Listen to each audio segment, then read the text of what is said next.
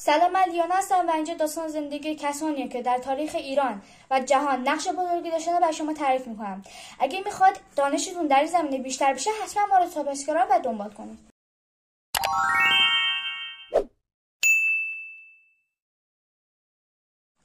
سلام، من لیانا هستم تا ادامه داستان زندگی آتاتورک رو برای شما تعریف کنم. ما تا اونجایی گفتیم که آتاتورک رو به فرانسه فرستادن تا لشکر فرانسه رو ببینن و از پایتخت دورش کنن، چون با انور که رئیس حزب بود مشکل داشت.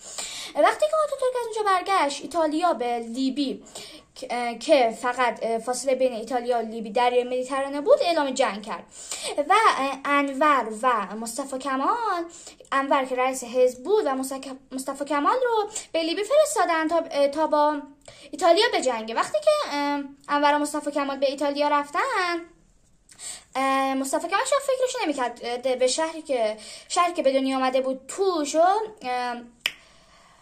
یونانیا گرفتن. شاید فکرش نمی‌کرد که دیگه نتونه اون شهر رو ببینه. البته وقتی که رئیس جمهور شد، اون شهر دوباره به ترکیه برگشت.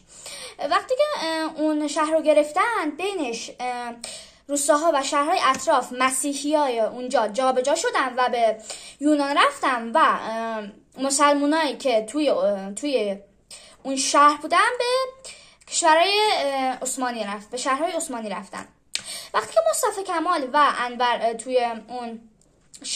توی لیبی بودن تا با ایتالیا بجنگن، اختلافات انور و مصطفی کمال بیشتر و آشکارتر شد. وقتی که جنگ یه ساله اونجا تموم شد، اونا برگشتن به عثمانی و وقتی که اونا برگشتن به عثمانی، به کسایی که رفته بودن به جنگ مدال دادن و رأس اونها انور بود. مصطفی کمال با انور مشکلات زیادی داشت و نمیخواست به حرفون گوش کنه و انور هم همسن مصطفی کمال بود، فقط خانواده پولدارتری داشت و دختر پادشاه همسر اون بود و رئیس حزب و رؤسای حزب و انور ترجیح دادن که مصطفی کمال رو به شهرهای دیگه بفرستن تا بتونه از پایتخت دورش کنن و اونو به شهر دیگه فرستادن که قبلا جزء عثمانی بود. اون وقتی که رفت اونجا، اون کشور جزء اروپا شده بود الان و اون وقتی که رفته بود اونجا، دیدش که اون شهر با زمانی که توی عثمانی بود خیلی فرق کرده و مدرن تر شده و اون موقع افکار اون به غرب و همینطور به اروپا بیشتر شد.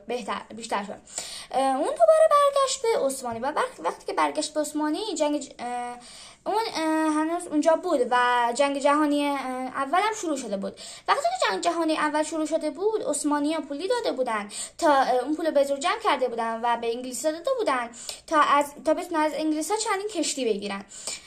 اونها توی جنگ طرف آلمان رو میگرفتن و رابطهشون اون موقع با آلمان خیلی بهتر بود.